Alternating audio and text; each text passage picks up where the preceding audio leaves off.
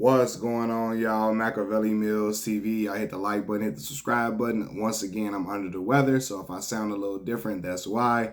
But last week was Skip Bayless's last show on FS1 Undisputed.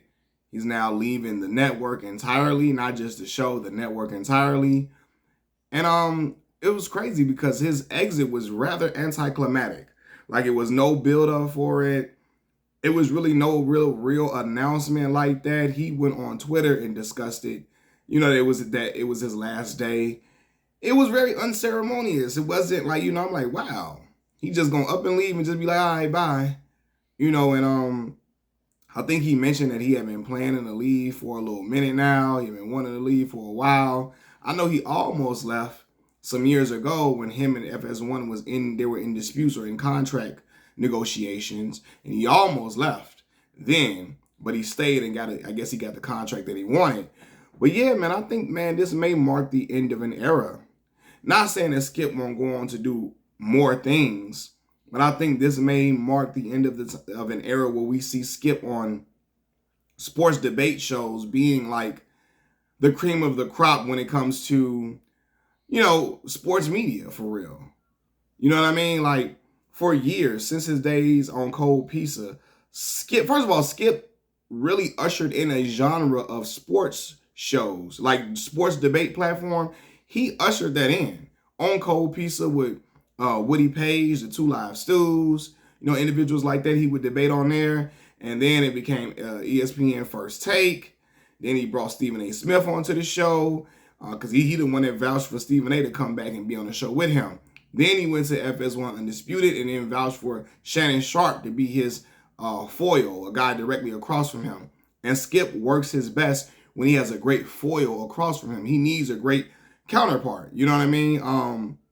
Somebody that will debate him with great talking points. Someone who's also very entertaining. Because Skip will have outlandish takes.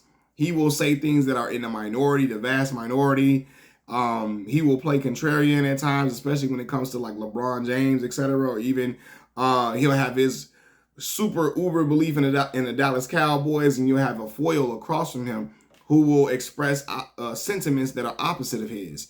And it worked well for years, you know what I mean? And Skip, listen, I didn't like the way he treated Shannon Sharpe when it came to Tom Brady and all of that, and I didn't like how he was talking to Shannon.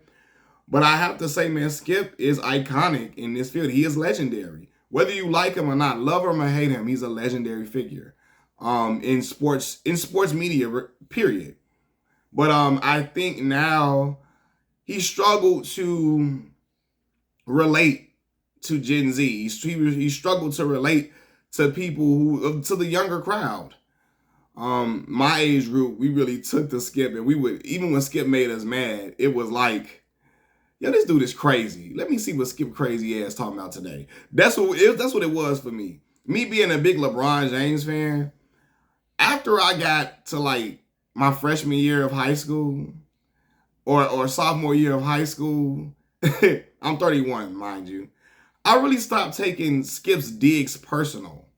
For real. Like I felt like, I don't know, like, when I hear certain people talk, certain people I know, like, are just like, you are really malicious in the way you critique him. And even Skip would be super, like, he would be extremely critical, overly critical. But for whatever reason, I never took it that serious after I got to a certain age. I first saw his criticisms of LeBron in 05, 06 around that time. But once I got to, like, be 16, 17 years old, I really stopped taking his criticism personal. After LeBron won back-to-back championships and he still was critiquing him, I'm like, man, Skip just doing this. This is his shtick. This is what he does. And whatever. Like, I really didn't take it personal after that. You know what I mean? And I just feel like that was his shtick, and he used that as a way for him to be, that was his thing in the media. That was his way of remaining at the forefront of the American conscience in sports media, but yeah, I don't know if he's gonna go, but he's gonna go to NBC, something like that. He's saying he got some stuff in the works. I'm sure he does, but I think this marks the end of an era where we will see him be the peak, the pinnacle of sports media, because he was for so many years. And I know people don't want to give him credit for it because they hated the way he treated Shannon Sharpe in regards to that debate about Tom Brady. They hated, some people hate how he criticizes LeBron James, but I still got to give him his props.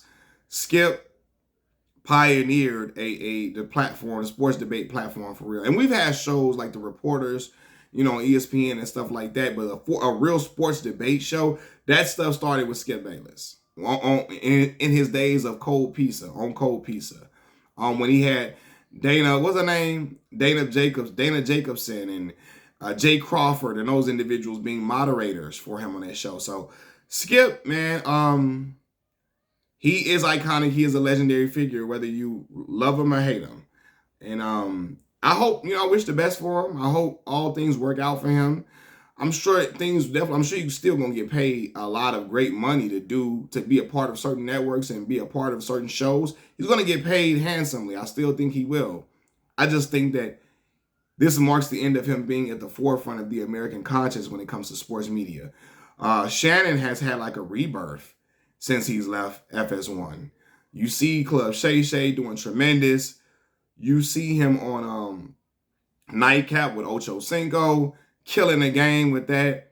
You see him on ESPN First Take, only doing 2 days a week, and was killing it and brought life back to that show. And even brought so much life back that they offered him another deal. And I think he's going to be on a lot more than just 2 days a week now. He's going to be on a lot more frequent, because in 2 days, people was like, yo, if something happened on like a Tuesday night, we knew because Shannon was only on First Take on Mondays and Tuesdays. If something happened in sports on a Tuesday night, people would be like, man, damn, I wish Shannon was going to be on tomorrow on Undisputed. I wanted to hear Shannon's talk and his banter with Stephen A. Smith on Undisputed tomorrow, even though Shannon still would talk about the sports on Nightcap, but people still wanted to see him discuss these sports topics across with Stephen A. Smith, because their chemistry is extremely gold. And it's solid, and they really, really love working with each other, and they really respect each other, and they really admire each other. They got a really great friendship and a bond, and I can tell him and Stephen A. Smith and Shannon have a bond that him and Skip didn't have. But honestly, I never knew that Skip and Shannon weren't that close like that. You couldn't tell by the way they worked well on camera, on TV. And, hey, people feel like we don't have to be the best of friends just because we work together, and we can be professional and make this look like we hang out all the time. Because it looked like that was his boy. It looked like, even when they got into it on camera, it looked like that was his boy for sure. It looked like that. You know what I mean? But, yeah, man, Skip, he's done on FS1 Undisputed. I don't know. They might bring in Nick Wright on Undisputed.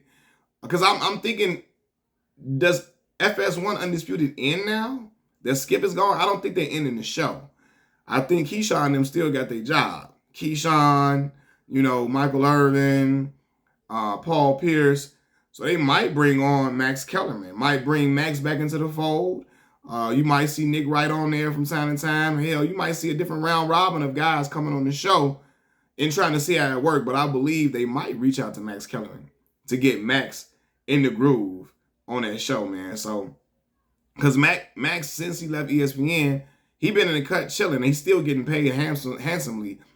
He's getting paid handsomely to just chill. So he like, hey, I'm getting paid. I'm kicking back with my feet up, collecting them checks, and I ain't mad at the brother. But I think now, FS1 Undisputed, they're struggling they're trying to find an audience. They're trying to find their niche. They're trying to find their footing. They're trying to find somebody who's going to be as groundbreaking as Shannon Sharpe and Skip Bayless was when they first hit the airwaves. They're trying to find somebody that's going to be as magnetic as those individuals and will get people to watch the show.